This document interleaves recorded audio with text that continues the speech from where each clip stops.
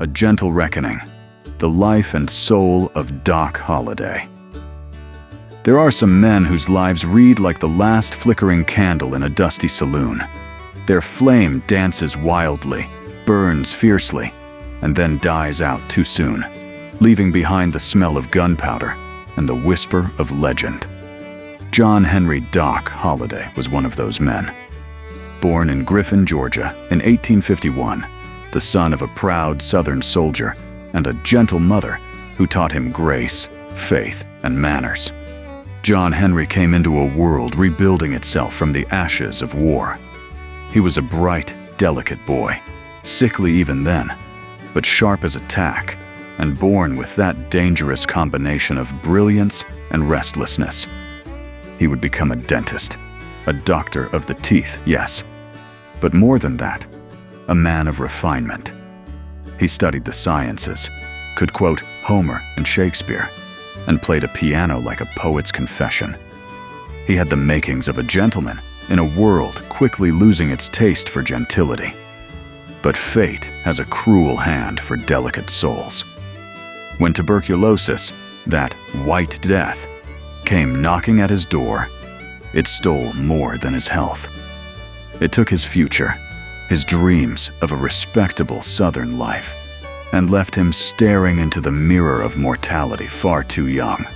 The doctors told him to go west, to seek the dry air.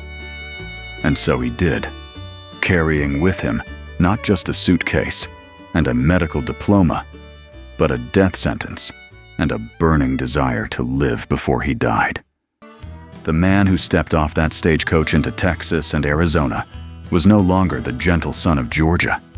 He was something new, something forged by pain and sharpened by necessity.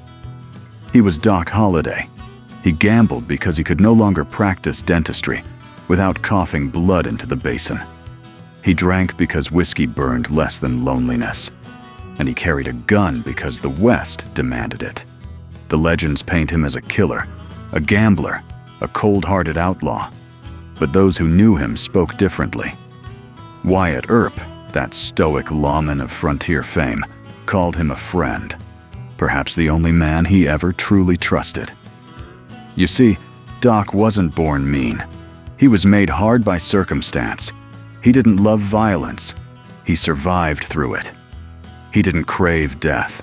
He simply stopped fearing it. And that's what made him so dangerous. When a man has already faced death in the mirror each morning, no bullet, no outlaw, no sheriff can truly frighten him.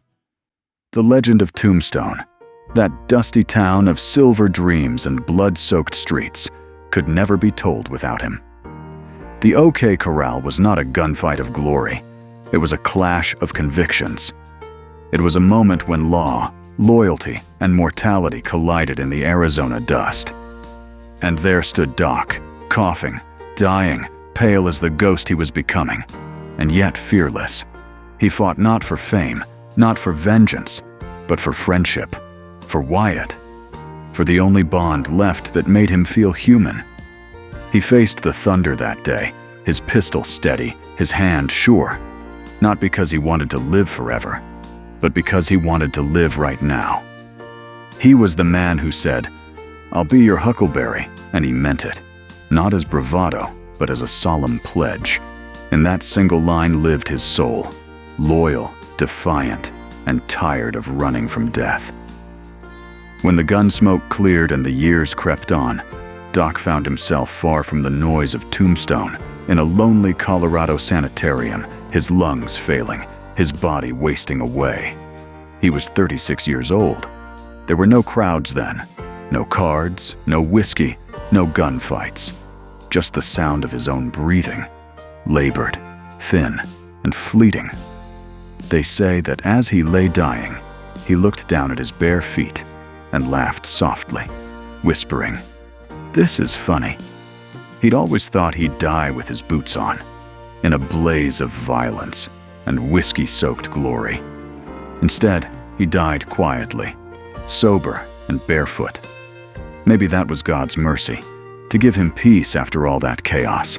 Maybe that was the reckoning, gentle, patient, and final.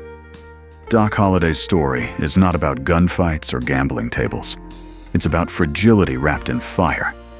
It's about a man who faced death every morning and still chose to live with courage and wit.